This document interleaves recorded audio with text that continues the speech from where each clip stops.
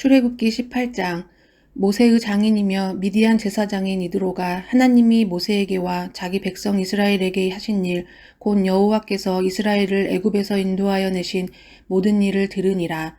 모세의 장인 이드로가 모세가 돌려보냈던 그의 아내 십보라와 그의 두 아들을 데리고 왔으니 그 하나의 이름은 게르솜이라.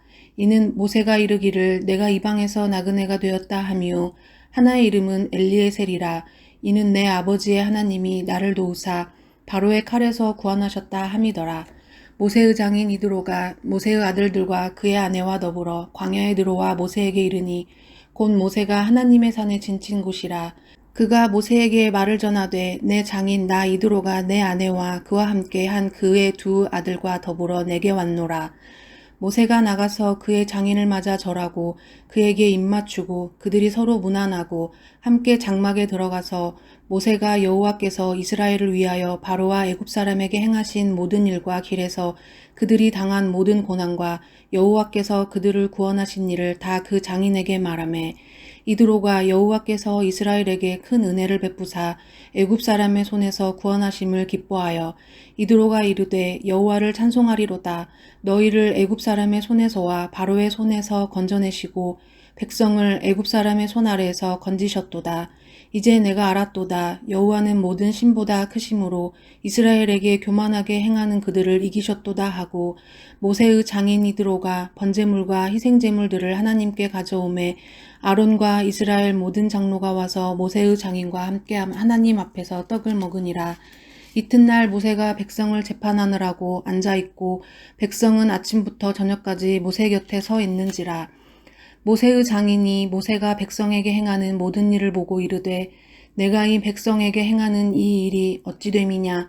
어찌하여 내가 홀로 앉아있고 백성은 아침부터 저녁까지 내 곁에 서 있느냐? 모세가 그의 장인에게 대답하되, 백성이 하나님께 물으려고 내게로 옴이라. 그들이 일이 있으면 내게로 오나니 내가 그 양쪽을 재판하여 하나님의 율례와 법도를 알게 하나이다. 모세의 장인이 그에게 이르되, 내가 하는 것이 옳지 못하도다. 너와 또 너와 함께한 이 백성이 필령 기력이 쇠하리니 이 일이 내게 너무 중함이라. 내가 혼자 할 수 없으리라. 이제 내 말을 들으라. 내가 내게 방침을 가르치리니 하나님이 너와 함께 계실지로다. 너는 하나님 앞에서 그의 백성을 위하여 그 사건들을 하나님께 가져오며 그들에게 율례와 법도를 가르쳐서 마땅히 갈 길과 할 일을 그들에게 보이고, 너는 또 온 백성 가운데서 능력 있는 사람들 곧 하나님을 두려워하며 진실하며 불의한 이익을 미워하는 자를 살펴서 백성 위에 세워 천부장과 백부장과 50부장과 10부장을 삼아 그들이 때를 따라 백성을 재판하게 하라. 큰 일은 모두 내게 가져갈 것이요 작은 일은 모두 그들이 스스로 재판할 것이니, 그리하면 그들이 너와 함께 담당할 것인즉 일이 내게 쉬우리라. 내가 만일 이 일을 하고 하나님께서도 내게 허락하시면 내가 이 일을 감당하고 이 모든 백성도 자기 곳으로 평안히 가리라.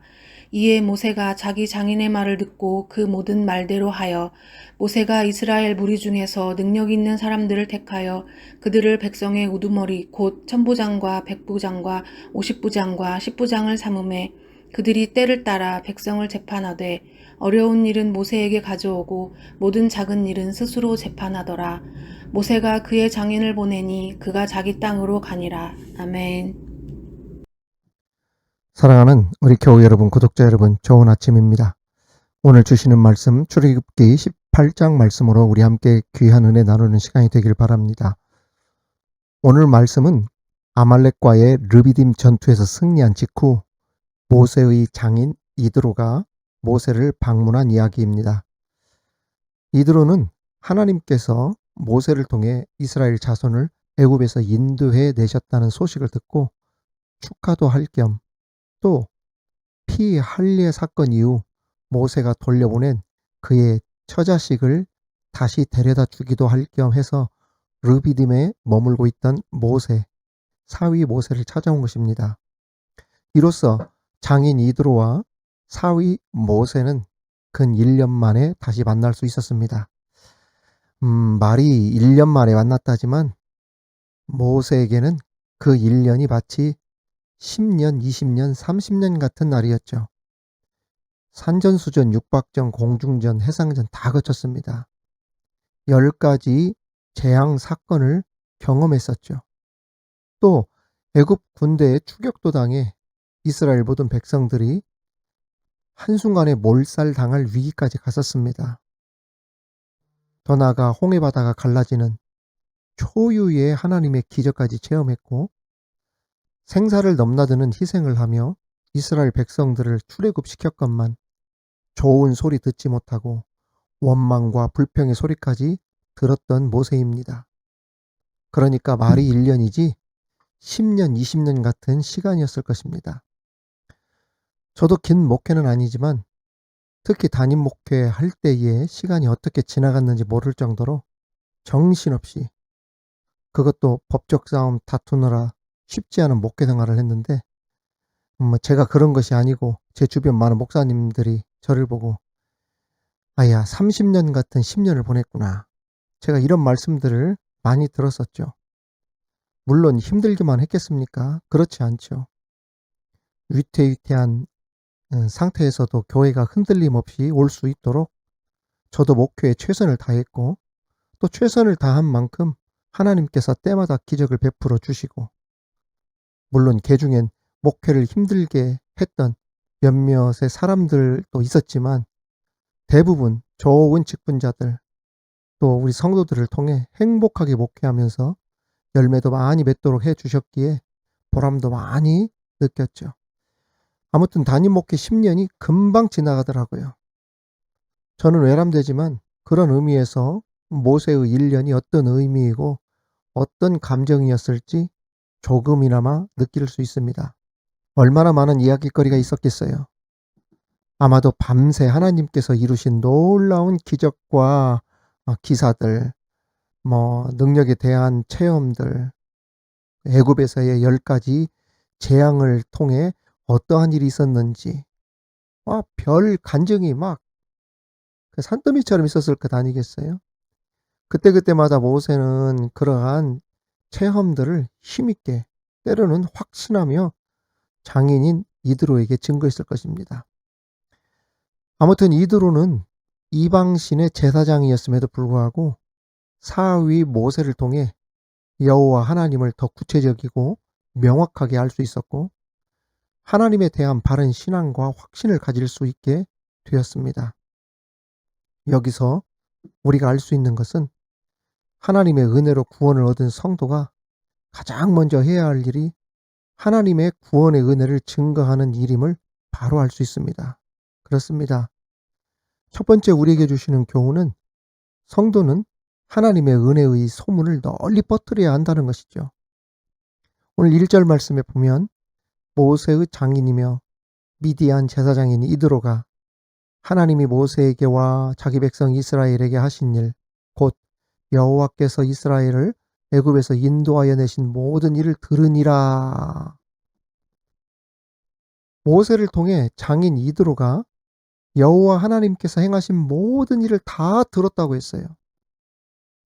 이스라엘에게 행하신 하나님의 위대한 일, 출애굽 사건, 10가지 재앙, 애국 군대를 바다에 수장시킨 일, 이러한 일들이 미디안에 있었던 이드로, 장인 이드로뿐 아니라 애굽, 중동, 근동 각처에 소문이 다 퍼져나갔음을 알 수 있습니다. 그 엄청난 하나님의 이적과 기사, 놀라운 이러한 체험들이 꼬리에 꼬리를 물고 미디안까지 갔던 것이죠.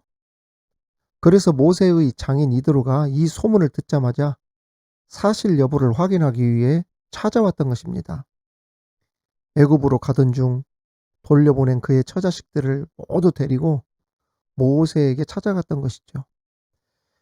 여기서 우리는 중요한 교훈 한 가지를 깨닫게 됩니다. 하나님의 은혜의 소문, 곧 구원의 소식을 널리 전파해야 한다는 것입니다. 로마서 10장 17절에 보면 우리 너무 잘 아는 말씀 아시죠? 믿음은 어디서 난다? 들음에서 난다 그랬어요. 듣지 못하면 어떻게 우리가 믿음을 가질 수 있겠습니까? 듣게 해야죠. 듣지 않고서는 믿지 못하는 겁니다. 그래서 듣게 하는 것이 우선입니다. 그러므로 우리 믿음의 사람들은 하나님의 은혜의 소문, 십자가의 사랑의 소문, 복음의 능력의 소문을 주변에 부지런히 퍼뜨려야 하는 거예요. 제가 담임으로 있을 때 카페에서 어느 권사님께서 제게 이런 이야기를 한 것을 들은 적이 있습니다. 제가 처음에 그 첫 해에 부임에 갔을 때 첫 해에 교회에 등록한 숫자가 160명 정도 됐었어요. 160, 정확히 167명인가 아마 그랬을 거예요. 첫 해 많이 부흥했었죠. 그러니까 법적 다툼 하기 전에는 굉장히 1년 동안 교회가 막 부흥했었다는 이야기입니다. 그때 처음에 기관별 찬양대회를 하는데 말입니다. 장기자랑도 하고 기관별 찬양대회도 하고 그랬었는데 막 사람들이 인산인해 꽉 찬 겁니다. 그때 권사님이 저보고 그러더라고요. 목사님, 저는 1층에 가득 찬 사람들을 보고 너무 감사해서 좋았는데 2층에 계신 분들 함성을 지르는 순간에 2층에도 사람들이 가득 찬 것을 보고 저는 전율했습니다. 그리고 저는 1층만 채워줘도 감사합니다라고 기도했는데 목사님께서 기도하실 때 2층까지 채워주실 줄 믿습니다라고 하는 그 기도가 결코 헛되지 않은 것을 보면서 저는 너무나도 감격하고 너무너무 감사했다고 큰 기대에 찬 목소리로 어느 권사님이 제게 했던 그 이야기가 지금 생각이 납니다. 여러분, 그렇게 가득 차고 성황리에 이루어졌던 이유가 무엇입니까? 바로 성도들이 기대에 찬 마음으로 교회가 하나가 되어서 우리 교회가 정말 부흥할 것이다라고 하는 기대감으로 소문을 퍼뜨렸기 때문 아닙니까? 발로 뛰고 전단지 나눠주고 말로 전하고 전도대가 나가서 전하고 온 성도들이 함께 하니까 안 되던 일도 되어지는 거예요. 그렇습니다. 이드로는 이방 제사장입니다. 그런데 구원의 소식을 듣고 모세를 찾아옵니다. 자세한 그간의 소식을 듣더니 그 모든 것을 이드로가 확인하게 되었죠. 그리고 난 후 이드로가 이렇게 고백합니다. 그 말씀이 9절 10절 말씀이죠. 이드로가 여호와께서 이스라엘에게 큰 은혜를 베푸사 애굽 사람의 손에서 구원하심을 기뻐하여 이드로가 이르되 여호와를 찬송하리로다. 너희를 애굽 사람의 손에서와 바로의 손에서 건져내시고 백성을 애굽 사람의 손 아래에서 건지셨도다. 바로 이어서 11절에 또 뭐라고 하고 있습니까? 이제 내가 알았도다. 여호와는 모든 신보다 크심으로 라고 했죠. 결국 이방 제사장인데도 하나님의 구원의 은혜에 동참하게 되고 돌아오게 되었던 것입니다. 사랑하는 우리 교우 여러분, 구독자 여러분, 여러분이 있는 자리가 어떠한 자리인지는 모르지만 여러분이 있는 모든 자리마다 은혜의 소문이 퍼져나가는 자리가 되기를 바랍니다. 그러한 교회가 되기를 바라고 그러한 우리 미드바로 온라인 교회의 온라인 방송이 되기를 주님의 이름으로 축원합니다. 또한 우리에게 주시는 두 번째 교훈은 하나님의 종은 철저한 자기 부인이 있어야 된다는 겁니다. 2절 3절에 보면 모세의 장인 이드로가 모세가 돌려보냈던 그의 아내 십보라와 그의 두 아들을 데리고 왔으니 라고 했습니다. 모세가 그 애굽에서 쫓겨나 도망 나와서 미디안 광야로 가지 않습니까? 그리고 거기에서 그 이드로 가족을 만납니다. 그 이드로의 장녀 큰딸 십보라와 결혼을 하게 되어지죠. 그리고 거기서 목동 생활을 40년을 하게 됩니다. 그 40년은 준비하는 기간이었죠. 연단의 기간이었는데 그때 40년 다 채우던 그때쯤 해서 하나님께서 호렙산에서 불은 나지만 타지 않는 그러한 가시 덤불 그 이적을 보여줍니다. 모세를 부르죠. 모세가 거기서 하나님으로부터 소명을 받고 애굽으로 가는데 이제 가족과 함께 애굽으로 귀환하던 중에 그 십보라와 두 아들을 데리고 가지 않고 장인 이드로에게 맡기고 애굽에 들어갑니다. 이 이유는 자신이 감당해야만 하는 막중한 사명 앞에서 혹시나 가족들이 장애물이 될지도 모른다는 염려 때문이었습니다. 그렇습니다. 모세는 하나님께서 맡기신 사명을 온전히 감당하기 위해 자신들의 가족들과 잠시 이별하는 일에 대해서 주저하지 않는 철저한 자기 부인의 자세가 있었던 것입니다. 결국 이러한 모세의 결단이 오직 하나님의 일에만 몰두하도록 했고, 한 가정의 가장을 넘어서서 한 민족의 지도자로서 당당하게 일할 수 있었죠. 물론 나중에 가서 그 가족을 다시 만나게도 되었고 말입니다. 아무튼 이와 마찬가지로 하나님의 부르심을 받은 성도들도 철저한 자기 부인의 자세를 가질 수 있어야 합니다. 세상이 주는 쾌락에 발목이 잡혀서 곤란합니다.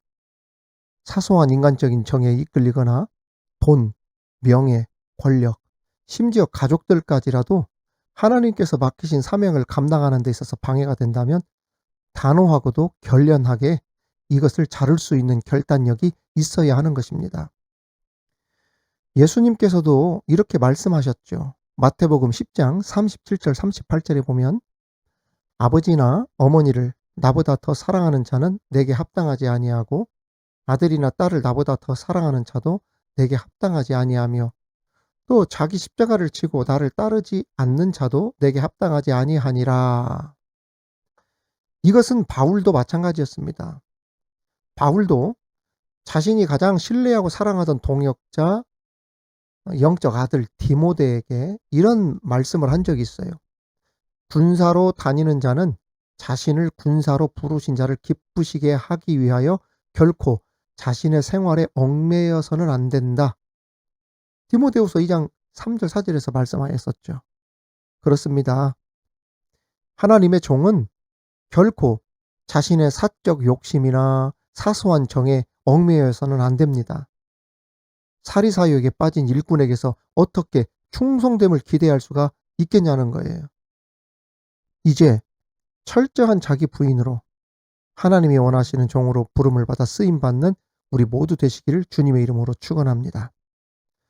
마지막으로 주 안에서 형제된 성도들은 차별 없는 교제를 나눠야 한다는 겁니다.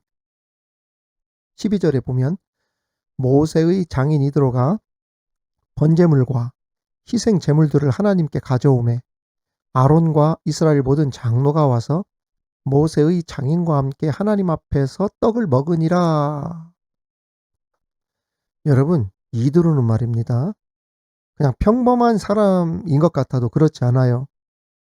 뭐라 해도 미디안 제사장입니다. 오늘로 말하면 다른 종교의 지도자. 그걸 꼭 이렇게 이야기해도 될지 모르겠지만 오늘날 신부나 스님이라고도 할 수 있습니다. 그런데 여호와 하나님을 찬양하고 예배자로서 그가 개종을 하자 아론과 모세, 이스라엘 모든 장로들이 나와서 이드로와 함께 하나님 앞에서 떡을 먹었다는 거예요. 곧 형제로 받아주고 친밀한 교제를 나눴다는 겁니다. 비록 다른 종교를 가진 그러한 제사장이었지만 그가 개종을 하자 같은 신앙을 가진 자로 인정하고 그로 더불어 하나님 앞에서 친밀한 교제를 나누었다는 이야기입니다. 이것을 오늘로 말하면 새가족으로 따뜻하게 맞이해 주었다는 이야기죠. 그렇습니다. 이드로는 이방인이면서도 미디안 제사장이었지만 그가 이방인이고 또 제사장이라고 해서 배척하지 않았어요. 타 종교인이라고 무시하지 않았다는 이야기입니다. 이것이 무엇을 의미합니까? 어떠한 사람이라도 회심하고 주께 돌아오면 하나님의 사람이 되면 구원의 은혜 가운데 서게 되어지면 인종이나 문화나 계층이나 그가 과거에 어떠한 종교를 가졌든지 상관없이 형제 자매로 여기고 서로 차별 없이 진실한 교제를 나눠야 함을 우리들에게 보여주는 것입니다. 교인들은 이런 성숙한 모습을 보여줄 줄 알아야 돼요. 저도 목사지만 얼마든지 스님들이나 신부님들이나 함께 하는데 거부감이나 이질감 느끼지 않습니다. 하물며 그들이 하나님을 인정하며 주님께 돌아온다고 하는데 두말할 것도 없죠. 회심하여 주께 돌아온 자들에게 이처럼 따뜻한 손을 내밀어 함께 할 수 있는 성숙한 우리 모든 미드바르 교우들 또 우리 모든 성도들 다 되시기를 주님의 이름으로 축원합니다. 하나님, 하나님의 놀라운 이적과 기사, 하나님의 행하신 일을 알렸던 모세와 같이 하나님의 은혜의 소문을, 십자가의 사랑을 널리 퍼뜨릴 수 있는 우리 모두 되게 하여 주옵소서. 또한 하나님의 신실한 종으로 먼저 철저한 자기 부정이 있게 하여 주옵소서. 그래서 하나님 보시기에 합당한 좋은 그리스도인 되게 하여 주옵소서. 더 나아가 주 안에서 형제된 우리들 차별 없이 교제하게 하시고, 이제 회심하여 주께로 돌아오는 사람들 믿음 안에 한 형제로 여겨 친밀한 사랑을 나누며 사는 따뜻한 주의 백성들, 우리 성도들, 교우들 다 되게 하여 주옵소서. 오늘 하루도 우리 주님께 모든 걸 맡기며 예수님의 이름으로 기도하옵나이다. 아멘.